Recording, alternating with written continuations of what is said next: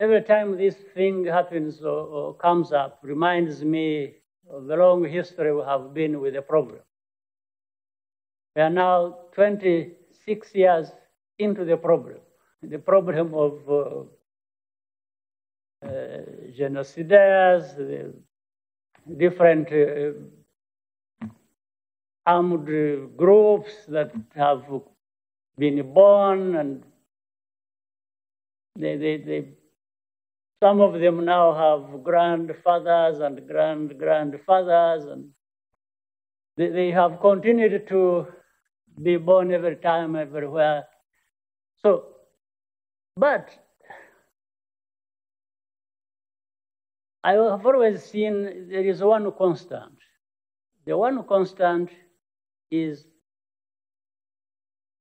the failure to deal with this problem. Even if the discussion for the last 26 years has always been to deal with this problem, what is even worse is that a certain,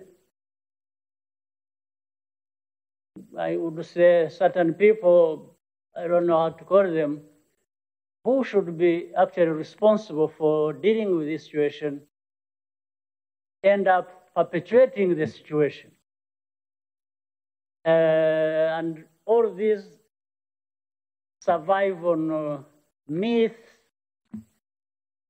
rumors, all kinds of things you find anywhere, including, surprisingly,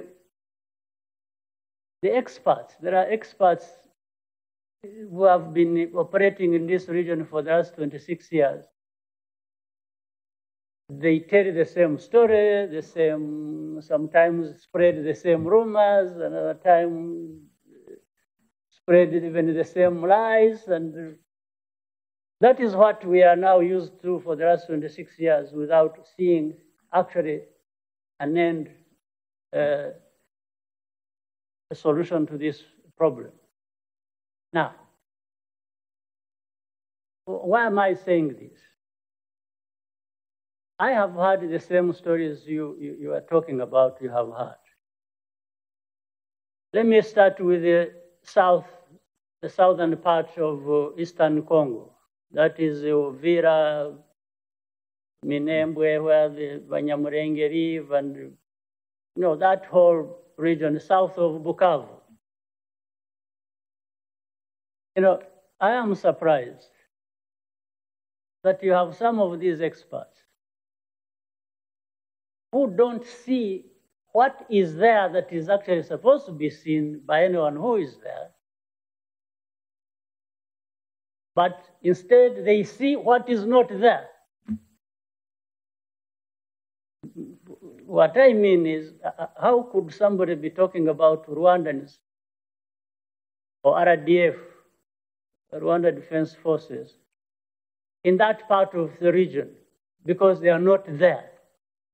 And this same person or these people don't see the very things happening there.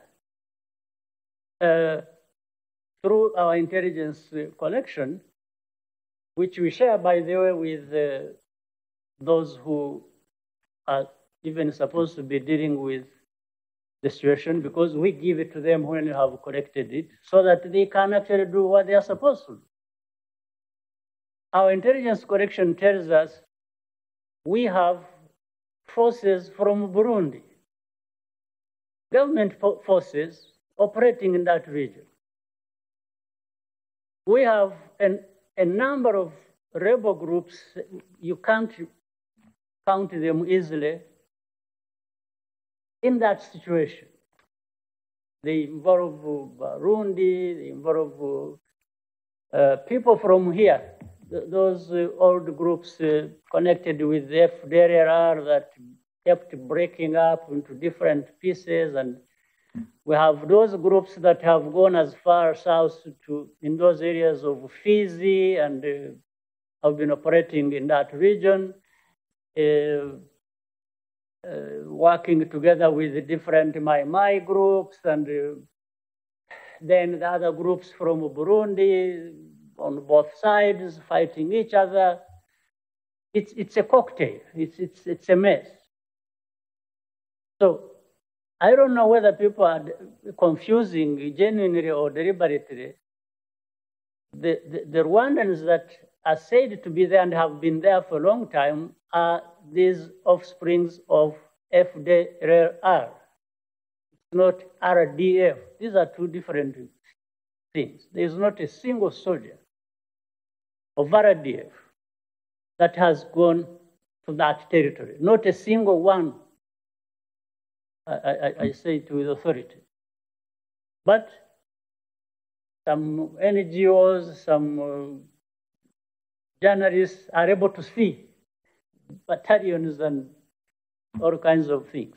But the government of DRC knows the fact, knows that RDF, not a single soldier of RDF is there. They know those. I don't know what MONUSCO says. I don't know what whoever wants to say. So please, take it from me, there is not a single soldier in that part of the world. Now, you can come to the north. I'll tell you again something that is intriguing, linking to the history of this problem. I mentioned to you that fortunately, we have a government in DRC that has come to agree to work with the region, the countries in the region, their neighbors, to try and resolve this problem that has been there for decades. And the government of DRC, the current government, has been very helpful in working with the countries in the region. According to some people, of course, that's not a good thing. The same people who create those stories, like you have in the South. It's not a good thing that the government of DRC would be working with countries, neighboring countries, to deal with this matter, because for some reason it is a problem they want to preserve, so that maybe it stays for another 25 years. I don't know. And that's why they are putting pressure on them by creating these lies and saying, look, you know, there's another group coming. So first, they don't talk about other countries. They talk about Rwanda all the time. That's okay. I have no problem with that. Because anyway, we are the ones with the bigger problem to deal with.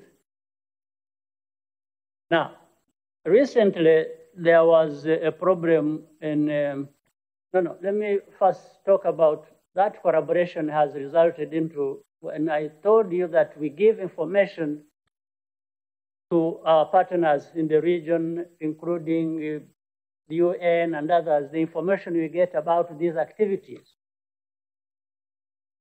We have been giving information as well to the government of DRC, and in fact,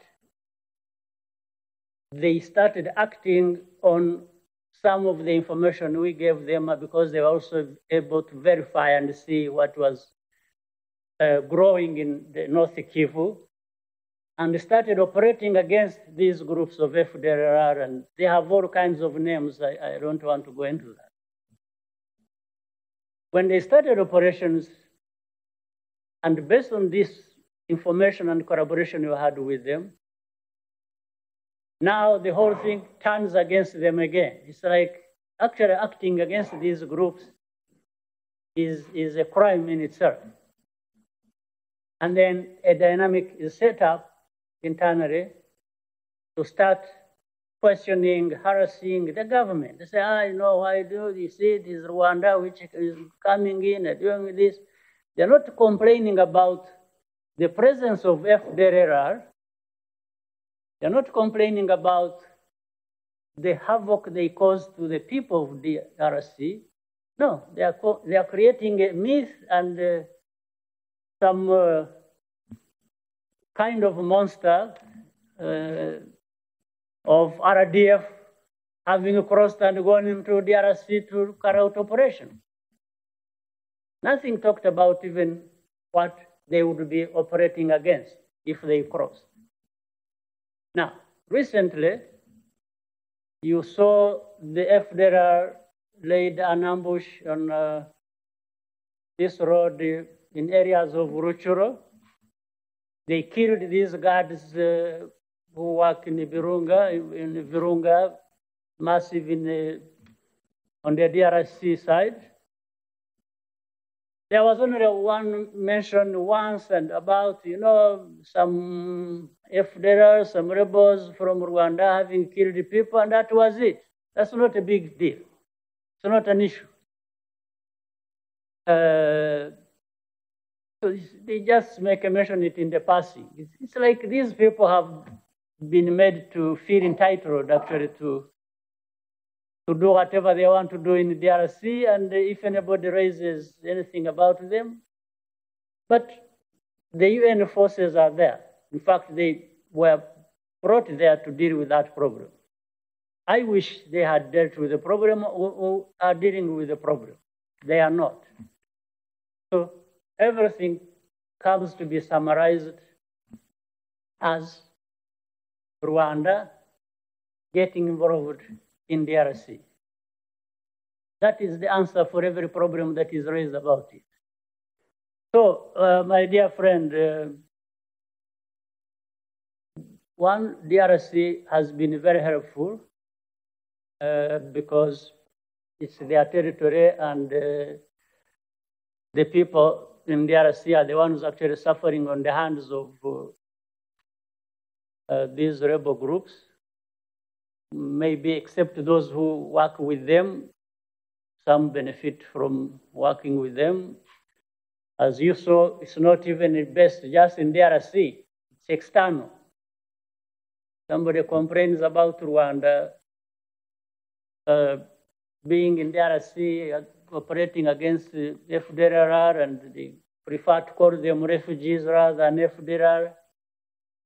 And they are doing that from abroad. And some of these people who are doing that are Rwandese who actually finance or support these groups operating in DRC, or their supporters also who are not Rwandese necessarily, who are from Europe or America or wherever. So the whole thing keeps being a cocktail. And that explains why this problem has been there for the last 26 years. So probably I gave you more than you expected or wanted, but that's the way I can put it.